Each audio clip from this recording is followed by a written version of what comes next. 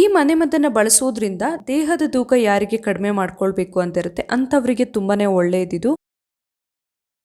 ಇವತ್ತು ನಾನೊಂದು ಸಿಂಪಲ್ ಮನೆಮದ್ದನ್ನ ಹೇಳ್ತಾ ಇದ್ದೀನಿ. ಒಣಶುಂಠಿ ಪುಡಿಯನ್ನ ಬಳಸಿ ಮಾಡುವಂತಹದ್ದು. ಈ ಮನೆಮದ್ದನ್ನ ಬಳಸೋದ್ರಿಂದ ದೇಹದ ತೂಕ ಯಾರಿಗೆ ಕಡಿಮೆ ಮಾಡ್ಕೊಳ್ಬೇಕು ಅಂತ ಇರುತ್ತೆ ಅಂತವರಿಗೆ ತುಂಬಾನೇ ಒಳ್ಳೆಯದಿದು. ದೇಹದಲ್ಲಿರುವಂತಹ ಬೊಜ್ಜನ್ನ ಕರಗಿಸೋದಕ್ಕೆ, ಅನಗತ್ಯ ಕೊಬ್ಬನ್ನ ಕರಗಿಸೋದಕ್ಕೆ ತುಂಬಾನೇ ಸಹಾಯ ಆಗುತ್ತಿದ್ದು. ಹಾಗೇನೆ ಏನಾದ್ರೂ ಅಜೀರ್ಣ ಸಮಸ್ಯೆ ಇದ್ರೆ, ಹೊಟ್ಟೆ ಕೆಟ್ಟಿದ್ರೆ, ಕೆಲವೊಂದ್ಸರಿ ಫುಡ್ ಎಲ್ಲ ಚೇಂಜಸ್ ಆಗ್ತಾ ಇದ್ದ ಹಾಗೆ ನಮ್ಗೆ ಅಜೀರ್ಣದ ಸಮಸ್ಯೆ ಆಗುತ್ತೆ ಅಲ್ವಾ.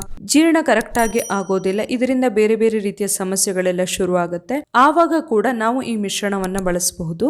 ಇನ್ನು ಹಲ್ಲು ನೋವಿನ ಸಮಸ್ಯೆ ಇದ್ದಾಗ ಕೂಡ ಬಳಸಬಹುದು. ಇದರಿಂದ ಬಾಯಿ ಮುಕ್ಕಳಿಸೋದ್ರಿಂದ ಕೂಡ ಹಲ್ಲು ನೋವು ಸಮಸ್ಯೆ ಇದ್ರೆ ದೂರ ಆಗುತ್ತೆ. ಇನ್ನು ಅದರ ಜೊತೆಯಲ್ಲಿ ಕೆಲವೊಬ್ಬರಿಗೆ ಬಾಯಿಯಿಂದ ತುಂಬಾನೇ ದುರ್ವಾಸನೆ ಬರ್ತಾ ಇರುತ್ತೆ. ಏನೇ ಮಾಡಿದ್ರು ಬಾಯಿಯಿಂದ ವಾಸನೆ ಬರ್ತಾ ಇರೋದು ಕಡಿಮೆ ಆಗ್ತಿಲ್ಲ ಅಂತಾದ್ರೆ ಕೂಡ ನಾವು ಈ ತರ ಮಾಡಿ ಒಣಶುಂಠಿಯನ್ನ ಬಳಸ್ಕೊಂಡು ಇದರಿಂದ ಬಾಯಿ ಮುಕ್ಕಳಿಸೋದ್ರಿಂದ ಕೂಡ ಬಾಯಿಯ ದುರ್ವಾಸನೆ ದೂರ ಆಗುತ್ತೆ. ಇನ್ನು ಶುಂಠಿ ತಲೆನೋವು ಇರೋರಿಗಂತೂ ಒಂದು ಬೆಸ್ಟ್ ಮನೆಮದ್ದು ಅಂತಾನೆ ಹೇಳಬಹುದು. ಬೇರೆ ಬೇರೆ ರೀತಿಯಲ್ಲಿ ನಾವು ಬಳಸಬಹುದು, ಬೇರೆ ಬೇರೆ ರೀತಿಯ ಮನೆಮದ್ದುಗಳನ್ನು ಕೂಡ ಮಾಡ್ಕೊಳ್ಬಹುದು.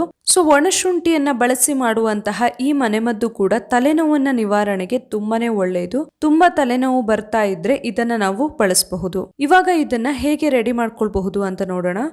ಫಸ್ಟಿಗೆ ನಾನು 1 ಲೋಟ ಆಗುವಷ್ಟು ಬಿಸಿ ನೀರನ್ನ ತಗೊಂಡಿದ್ದೀನಿ. ಇದಕ್ಕೆ ಇವಾಗ 1/4 ಚಮಚ ಆಗುವಷ್ಟು ಒಣಶುಂಠಿ ಪುಡಿಯನ್ನ ಹಾಕೊಳ್ತಾ ಇದ್ದೀನಿ. ಇದನ್ನ ಚೆನ್ನಾಗಿ ಮಿಕ್ಸ್ ಮಾಡಿಕೊಂಡು ಒಂದು 5 ನಿಮಿಷ ಹಾಗೇನೆ ಬಿಡಬೇಕು. ಆಮೇಲೆ ನಾವು ಇದನ್ನ ಕುಡಿಬಹುದು. ಈ ತರ ಮಾಡಿ ಕುಡಿಯೋದ್ರಿಂದ ಈ ಎಲ್ಲ ಆರೋಗ್ಯ ಸಮಸ್ಯೆಗಳನ್ನು ದೂರ ಇಡೋದಕ್ಕೆ ಸಹಾಯ ಆಗುತ್ತೆ.